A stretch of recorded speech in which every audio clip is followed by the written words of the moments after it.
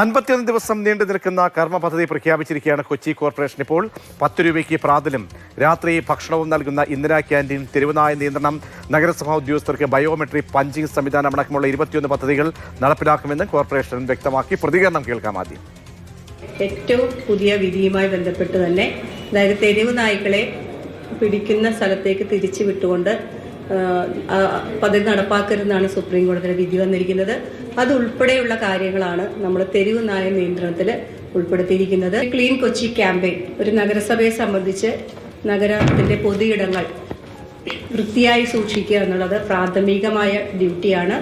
അതിലൂന്നിക്കൊണ്ടാണ് clean Kochi campaign നമ്മൾ announce ചെയ്തിരിക്കുന്നത്. സമൃദ്ധി സുതാര്യമാക്കുന്നതോടൊപ്പം ജനങ്ങൾക്ക് പ്രയോജനപ്പെടുന്നതിന് വേണ്ടിയിട്ടാണ്. അതായത് ഉച്ചയ്ക്ക് ഭക്ഷണം മാത്രം കഴിച്ച ഒരാൾക്ക് ജീവിക്കാൻ പറ്റില്ല. ആ തിരിച്ചറിവിൽ നിന്നാണ് നമ്മൾ പ്രാതലും കൂടി കൊണ്ടുവരുന്നത്. അരുൺ ശങ്കർ ചേരുന്നുണ്ട് കൊച്ചിയിൽ നിന്നും. അരുൺ, സ്ഥായിയായ ഒട്ടനവധി പ്രശ്നങ്ങൾ കൊച്ചിക്കാർ നേരിടുന്നുണ്ട്. ഇപ്പോൾ പുതിയ മേയർ ഭരണസമിതി സ്ഥാനമേൽക്കുമ്പോൾ നടത്തുന്ന പ്രഖ്യാപനങ്ങൾ അത് പ്രതീക്ഷ ഉണർത്തുന്നതാണോ? എന്തൊക്കെയാണ് പ്രധാനപ്പെട്ട കാര്യങ്ങൾ?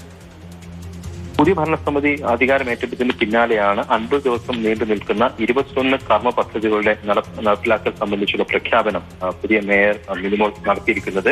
അതിൽ ഏറ്റവും പ്രധാനമെന്ന് പറയുന്നത് കൊതുക് നിവാരണ പദ്ധതിയാണ്. 50 ദിവസത്തിനകം തീവ്ര കൊതുക് നിവാരണ പദ്ധതി നടപ്പിലാക്കും. അതോടൊപ്പം തന്നെ തെരുവുനായ നിയന്ത്രണം ഉണ്ടാകും. നിലവിലെ സുപ്രീം കോടതി നിർദ്ദേശങ്ങൾ പാലിച്ചുകൊണ്ടുള്ള നിയന്ത്രണമായിരിക്കും കൊണ്ടുവരിക എന്നാണ് പറഞ്ഞിരിക്കുന്നത്.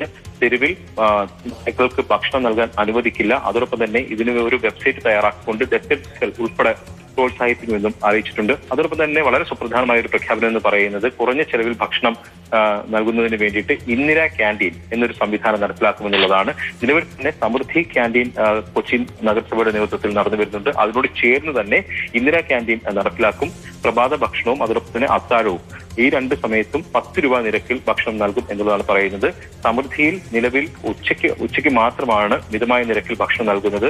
അത് നിലനിർത്തിക്കൊണ്ട് തന്നെ ഇന്ദിരാ ക്യാൻറ്റീൻ നടപ്പിലാക്കുമെന്നാണ് അറിയിച്ചിരിക്കുന്നത്.